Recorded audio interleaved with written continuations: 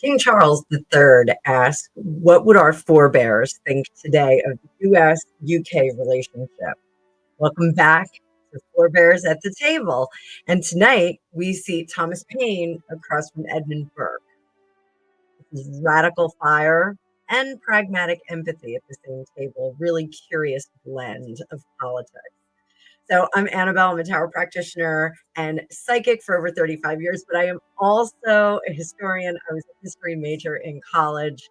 I love history. I love examining the acts of the past and the things that we have done in the past that have changed the future. Really does kind of blend with my vocation as a psychic and a seer. So I hope that you are enjoying this series.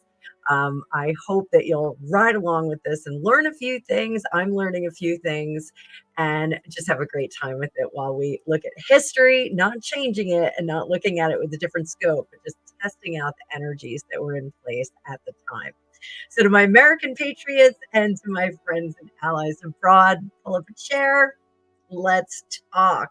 So we're going to tune into the room and we're going to pull the card for Paine and Burke. So let's just get the gist of them. As I bring up the card for you, remember, always hit that like button. It lets YouTube know that you like my stuff. And if you're not subscribed, subscribe. I do traditional tarot readings in Lenormand, but I also do fun projects like this, which indulge my historical interest. So there is our card view. Yippee-ki-yay. Card for Paine. We've got Two of Wands. He really does want to separate from the crown. His message, his method is there are two roads. You got to pick one. What is Burke's card? Burke's card is the foundations are sometimes as solid as they can be, and sometimes we need to build upon them. So this is his temper, his remedy. He wants order. And you'll hear that a little bit later on in this video. So one brings the spark, one brings the break, one says, let's keep some tradition in place so that we can coexist nicely. So we'll give you a little bit of background information. I'm going to give you a little bit more information about Thomas Paine for those of you that are outside of the United States and you didn't have History 101. So Thomas Paine arrived in Philadelphia in 1774. In January of 1776, he published Common Sense. This is a standard read for history students in both high school and college here in the United States. It was written for taverns and kitchens as much as scholars. So this truly is a piece of propaganda and persuasion at the same time. He argues that monarchy is habit, not destiny, and reframes the conflict as universal rights, not just local taxes, and calls for a republic now with no half measures. True revolutionary kind of thinking here. Paine is English born from Thetford, Norfolk. His father worked as a staymaker. That's the hard bits in your corset. His mother was an Anglican. His father was Quaker. He had limited formal education and was a little bit of a late bloomer. Bouncing through jobs, he was an excise officer, a staymaker, a teacher, and then he wrote a petition for exciseman pay that hints at his future and his political voice that would develop over his lifetime. In London, he met my favorite guy, Benjamin Franklin, probably had a number of pints with him and had a good time. Benjamin Franklin encouraged him to sail for America with letters of introduction. And he landed in Philadelphia, edited Pennsylvania Magazine, and started writing for a broad public. Beyond Common Sense, he also penned the American Crisis Papers. These are the times that try men's souls, a quote that does resonate through the ages from time to time. And this was his effort to steady morale during the war. After America, he dove into the French Revolution and wrote The Rights of Man. Many people are familiar with this, in defense of it and against Burke. And later, The Age of Reason on religion. He was jailed in France during the Terror, survived, and eventually returned to the United States in the early 1800s.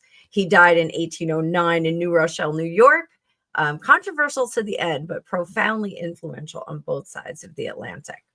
So, why did common sense land so hard? Because it felt like someone finally said the quiet part out loud. Paine was not delicate. He scorches kings, inherited titles, and pushes urgency.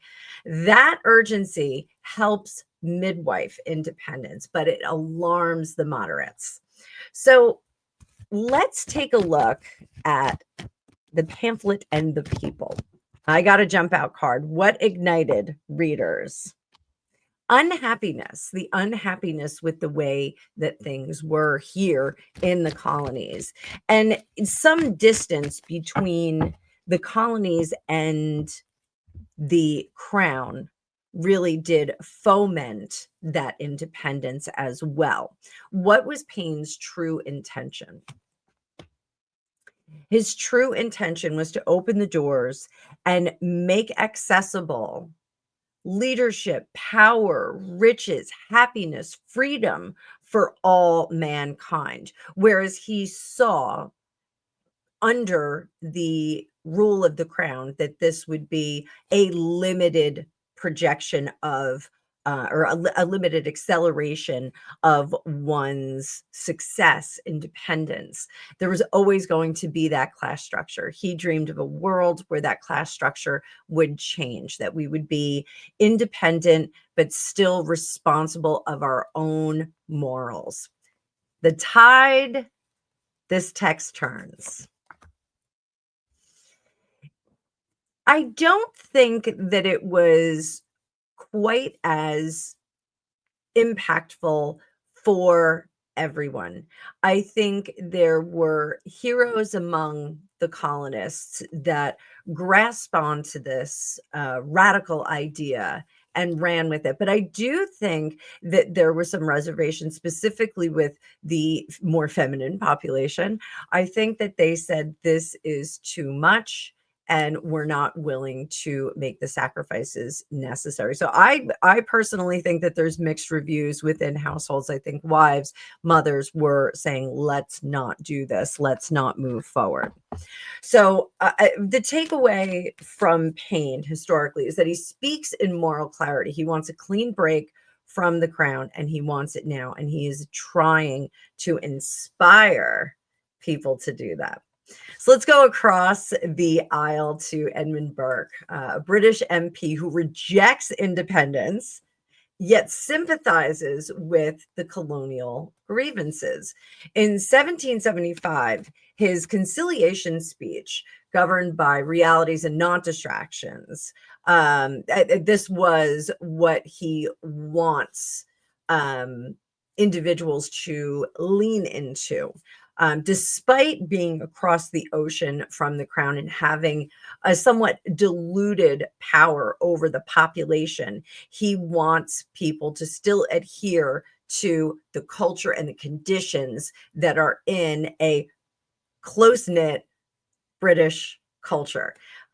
Really coming to America and being so far, coming to the colonies and being so far away from it, some of these ideas became very abstract to the colonists who came over and the new colonists that were being born here on American soil, what would later be American soil. His counsel is magnanimity is often the truest wisdom. Humiliation of a proud people backfire. So part of his fear is putting the boot on the neck of some of the rabble rousers is going to backfire. And indeed, I think it did a little bit. So a little bit about Edmund Burke. He was Irish born in Dublin to a Protestant solicitor father and a Catholic mother, educated at the Pinnacle, Trinity College in Dublin. He moved to London and first makes his name as a writer. His early works included a piece on aesthetics, the sublime and the beautiful, probing how fear and awe move people. The interest in human psychology flavors all of his politics throughout his life. He enters Parliament with the Rockingham Whigs, becomes a leading voice for constitutional limits, free trade, and empire reform. So we can see where he does empathize with the colonists, and he sees that there's a need for something different than what would be practiced in Great Britain proper, in the United Kingdom. So he famously serves as an MP for Bristol. It was brief, though. He was way too principled for the political dynamics that were going on. And later, he was an MP for Malton as well.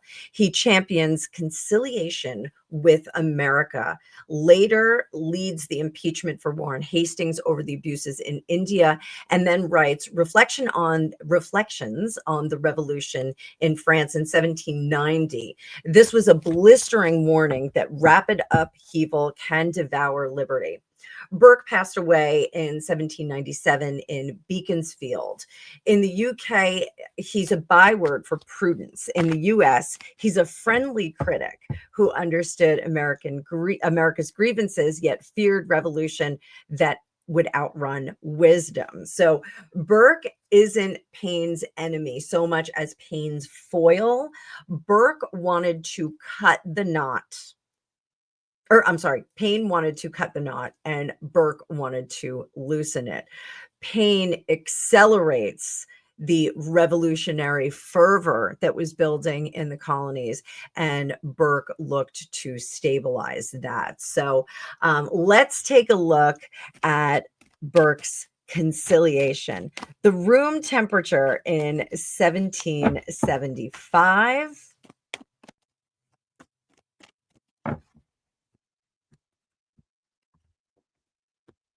Room temperature, not happy. We're not going to get what we want. So what did Burke see clearly?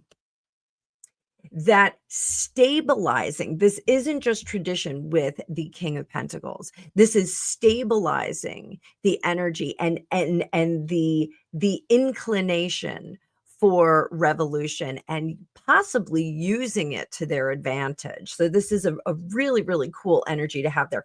What was his blind spot?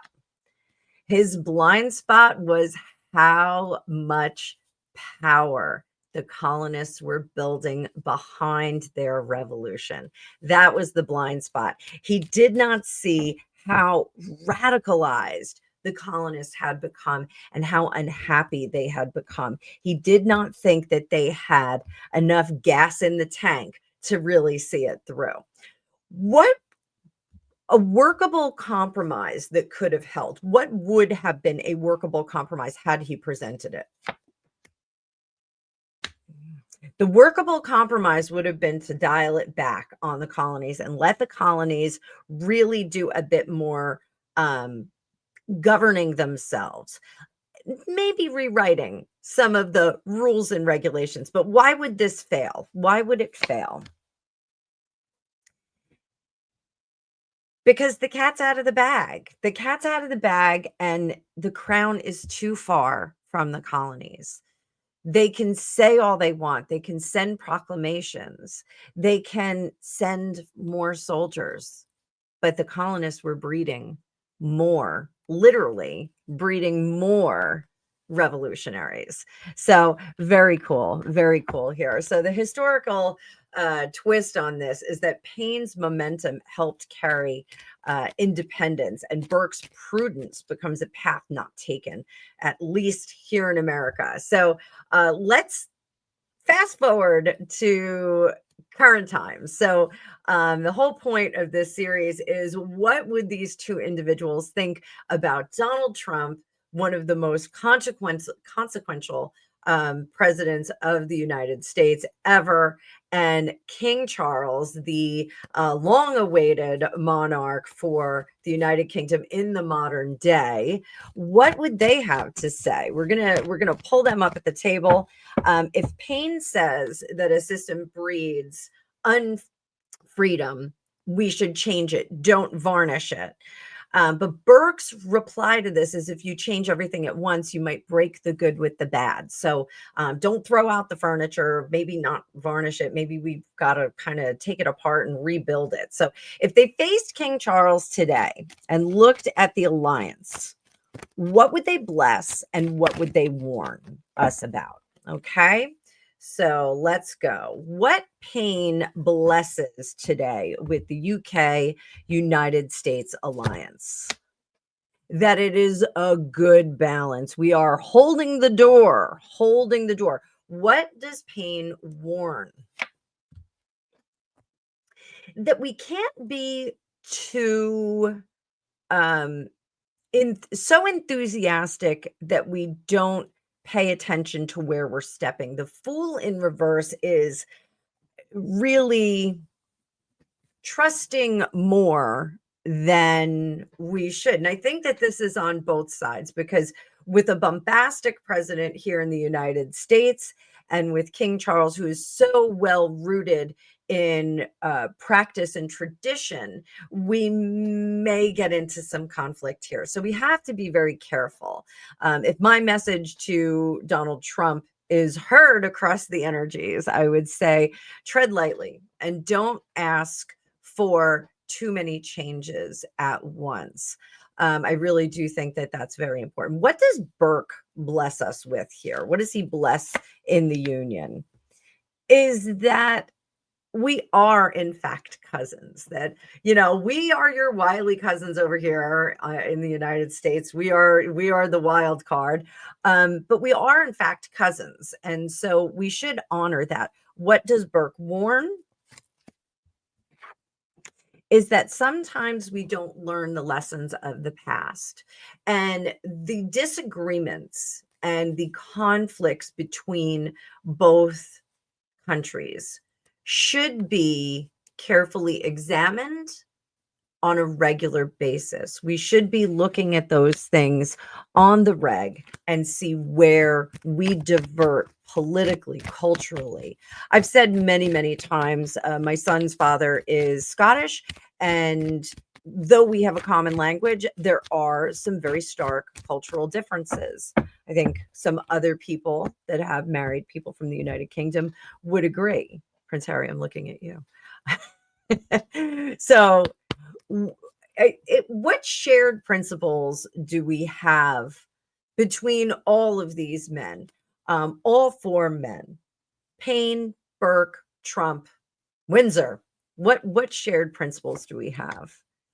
That we all want things to work out okay. And is if that becomes the goal, if that becomes the point in space that we stare at to get to, then follow the light, fellas, follow the light. What is practical advice for these leaders now? I'm going to pull 3 cards on this.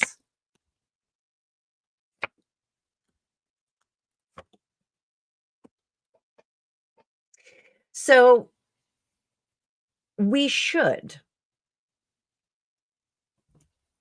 never surrender together. Never surrender. Never allow civilization to fail. As the 2 leading countries in the world, we undisputed, we are the leading countries in the world. We should not ever stop. We should never give up. And if we are at a moment in time where power differential universally is slipping, we should work together to reestablish that. There will be times where horrible things will happen, and we should never back off the line. We should stay there, stay the course, and stay the course together. So, takeaway from this is that revolutions happen always. We are always in revolution. We are always examining and changing things when we look at things with a progressive scope. And I don't mean progressive politically, but revolutions need moral clarity and practical craft. Sorry, guys. We really can't flail our way through reform, revolution, change, evolution, whatever you want to call it. We can't flail through it. We need to find this bright, shiny spot in the middle of it. We need to make that our focus, our theme, and we need to stay with it. So America's story is both sometimes in harmony and sometimes in tension. We are a wild bunch over here, guys. So to my American patriots and all my friends out there in other countries, I'm so blessed that I have a worldwide audience here. And I hope you're learning something in this series. But I want to thank you for pulling up a chair, watching this video, learning a thing or two. I omitted the music on the rest of this. I just put it on the intro.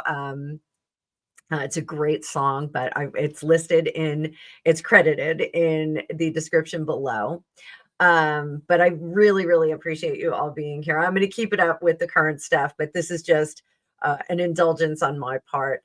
One of the things I will put in the description too is a link to 1776, the David McCullough book. This is one of my favorite books on the American Revolution. It reads like a novel. You will enjoy it and you'll learn a thing or two. By all means, I will put the Audible version in there as well, because you all know, due to the way that my neurodivergent brain works, I have to listen and read at the same time. It's the way that I do things. So next time we are going to be talking about Washington and Cornwallis. I'm going to take a few days between both of these productions. They are both gentlemen warriors. They are strategists, and there are some crazy things that go on with them. So if you enjoy this blend of history and energetic insights, please make sure that you like, share, and subscribe. I'm having a great time doing this. This really is scratching the itch for me. And I may even change my background. I have the Sons of Liberty flag still up as my background, but I may change that. But I am so grateful for you guys watching this. I hope you're enjoying it. Let me know if you have any questions in the description below, and I will see you in the future.